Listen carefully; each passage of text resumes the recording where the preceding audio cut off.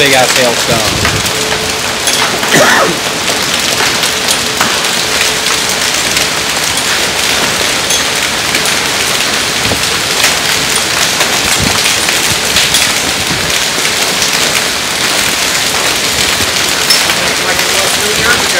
I know, exactly.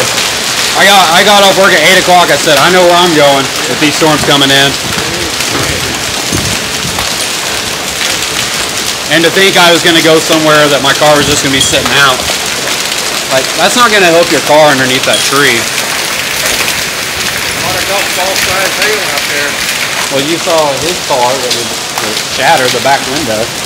He didn't get in here in time. This is the big stuff yet, isn't it? No, this is just the storm from the southwest. The one from the northwest is coming in. Made it in here.